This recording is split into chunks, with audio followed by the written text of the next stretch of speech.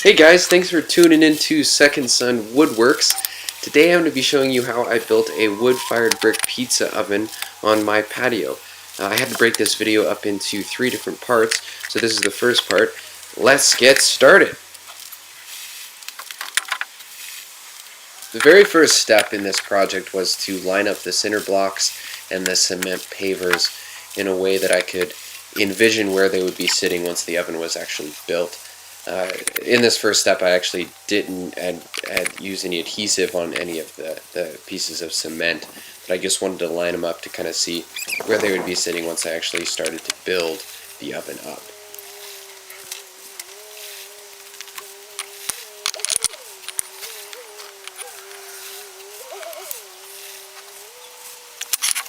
As you can see, this took a little bit of try and fail when it came to the bricks to figure out how I'd be actually building the oven later on in the project.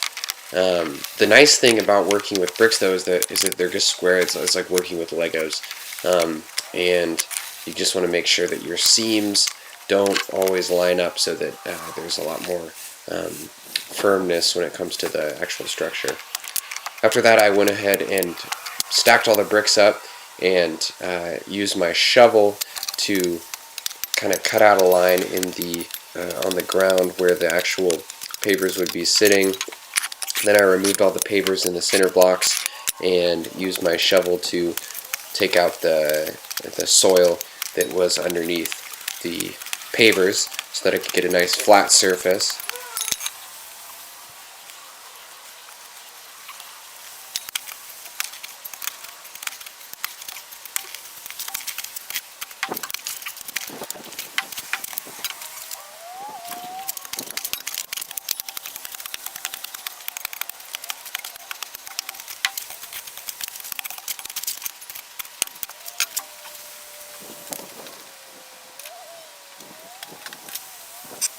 Once I got the majority of the grass and soil out of the area where the pavers will be laying, I went ahead and got some sand and filled in the area with some sand so that the pavers could sink kind of into the sand. And then when I laid down the pavers, I made sure to level them out and make sure that it was a nice level surface.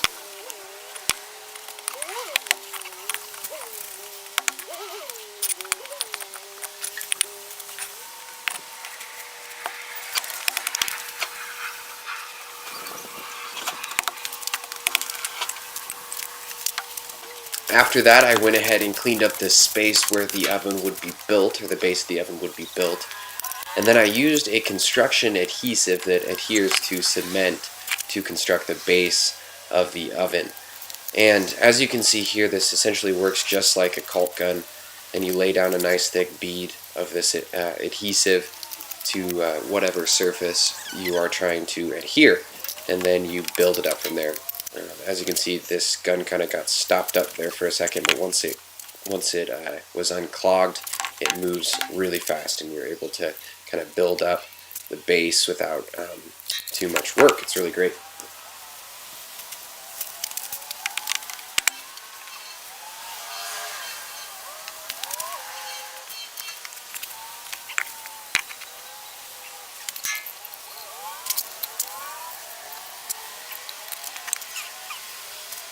One thing you want to make sure to do as you're building up this wall with the cinder blocks is to wipe off the cinder blocks before you apply the adhesive.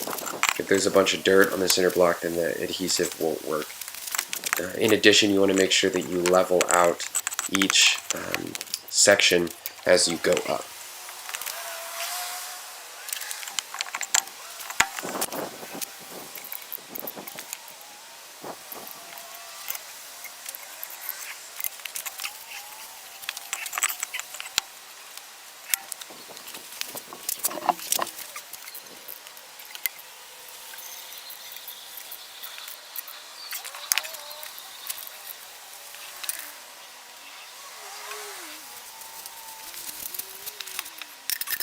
One thing I'll go ahead and note, and I will talk a little bit more about later on in the project, is that for the interior of the oven, you need to use what's called a fire brick. Fire bricks are heat resistant, so they can withstand, I think, up to 2,000 degrees and not crack. Unlike these conventional cement cinder blocks and cement bricks that will crack if they get exposed to super high temperatures. Fire bricks are much more expensive than standard cement bricks. However, they will withstand the high temperatures, and so it's worth it to spend the extra money to buy fire bricks. You'll see here in just a second what I'm talking about. They look a lot different, and like I said, they withstand temperatures. So find a local dealer that has fire bricks. A lot of the times the big box stores don't sell them. You can order them off the internet, but you likely will have a place in your local town that will sell fire bricks.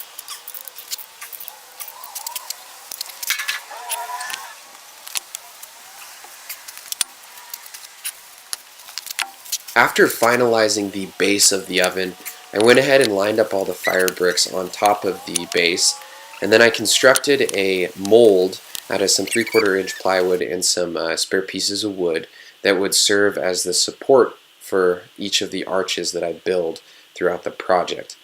In addition, I should note that the refractory mortar that I used is also a heat resistant mortar. You don't want to use just a standard mortar that's made from cement. You want to use something that's heat resistant with a high heat resistant clay or something like that. You can usually buy that in pre-mixed tubs. It's going to be relatively expensive, but in the end it will be worth it.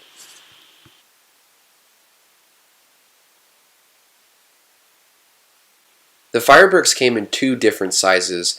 Each of them were 4 inches by 9 inches. However, the thickness was different. So one was about 2.5 inches thick, and then the others were, I think, about 1 inch thick. These are the ones that I'm working with right now. I used the thinner ones to construct the actual base of the oven on top of the cement pavers. I didn't build the oven right on top of the cement pavers because I actually wanted to have a base of these fire bricks that would kind of serve as the floor of the oven. Now, the reason I did that is because, once again, the fire that I'll be building on top of this is going to be really hot, and I don't want to build that just right on top of cement pavers because of the heat and the likelihood that the cement pavers will crack in the future.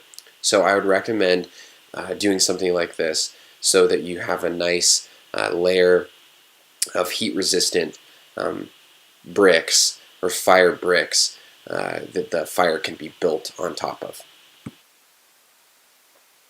Also notice that I use a small cement trowel to spread the heat-resistant mortar on the base of these bricks. And you almost spread it on just like butter. After that, I went ahead and began the construction of the first arch on the back side of the oven. Now, I'll go ahead and note 2 things about this. One, I made a mistake right off the bat, which I'll fix here in a second in terms of the height of the arch. Then second thing that I'll note is the fact that this is the first time that I've ever done anything like this, so I'm not a professional, and I'm sure some of the folks that are going to be watching this video are professionals, so give me some slack. This is the first time that I've ever done anything like this. But there's a few things that I noticed right off the bat that I can pass off to people that I think would be helpful. One of the things is to make sure that you get all of the air bubbles out of the mortar as you press each brick together. So you kind of want to use a little bit of pressure to push down the brick, and then use your trowel to squeeze out any air bubbles as you add additional mortar to make it nice and smooth over the exterior of the arch. And then you slowly do this and you build up the arch until you have a complete arch. But like I said, I made a mistake and I didn't raise the height of the arch overall. So here in a second I fixed that.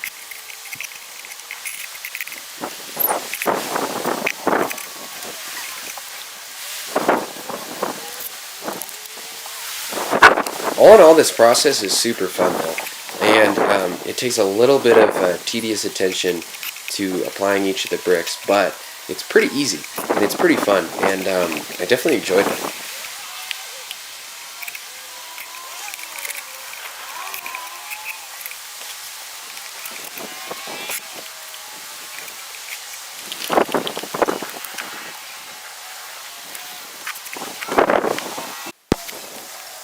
As you can see here, this is when I realized that I hadn't stepped up the actual arch to the correct height. So I went ahead and laid down 3 additional bricks, 2 of the half, or 1 of the half size, and then 2 of the full size ones with the cement mortar.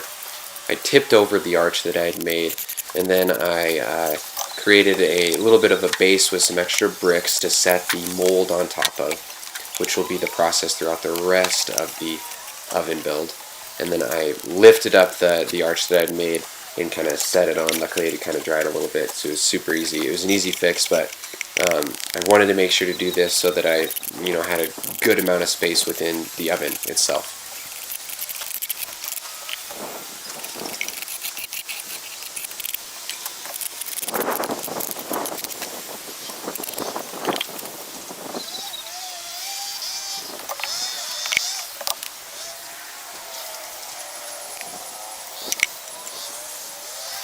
From there, I went ahead and moved on to the opposite side of the arch to finish its construction. As you can see here, the mold that I created is sitting atop about 8 bricks that are just loose fitted into the space to hold the arch up as I build it, and then while it dries. Then after that, I'll be able to beat out the bricks and remove the mold and use the mold in the construction of the additional arches for the oven build. In the end, the oven has 4 separate arches, and for each of the arches I used this same mold to construct them. And it worked out super well.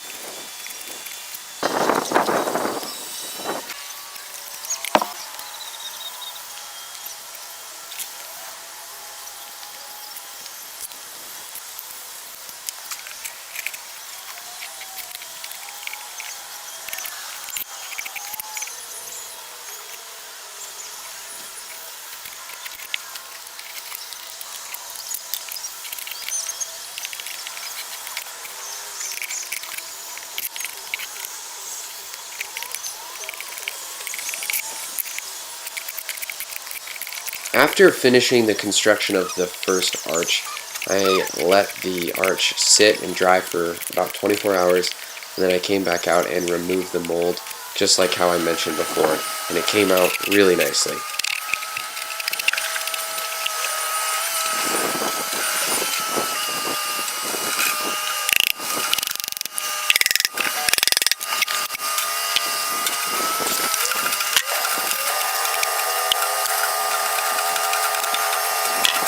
From there, I went ahead and set up the bricks and the mold to construct the second arch.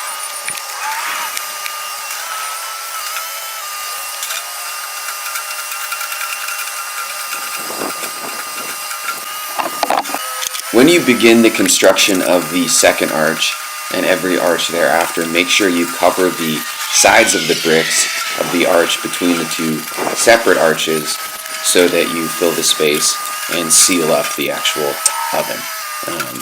So you'll notice that on the back side of this brick I made sure to put some of the heat resistant mortar so that it presses up against the previous arch.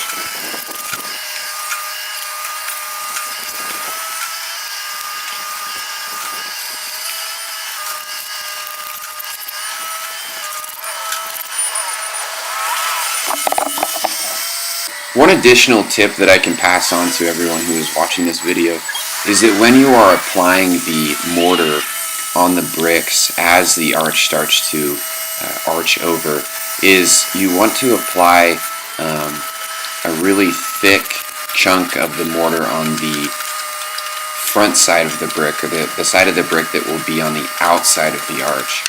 And then on the inside of the arch there'll be less mortar, and so it kind of will tip the brick into the arch.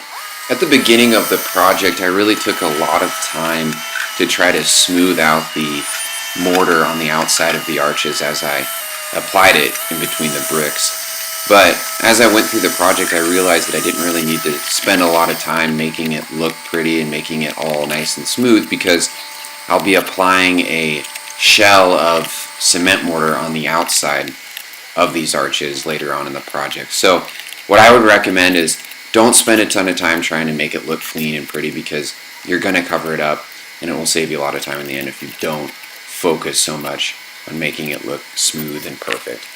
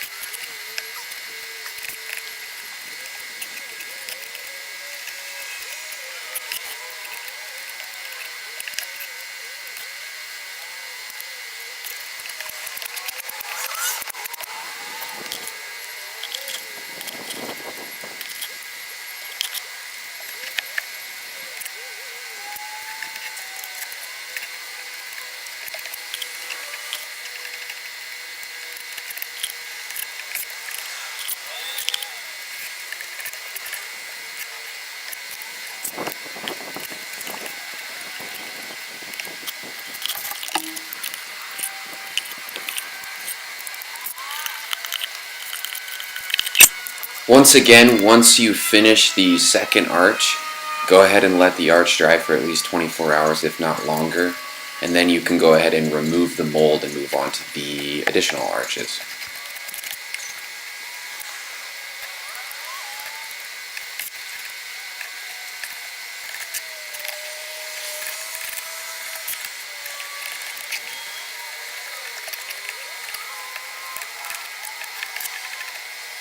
Alright, so this concludes part 1 of this project. Please check out the additional parts that will be posted on my YouTube channel. Thanks for watching, guys.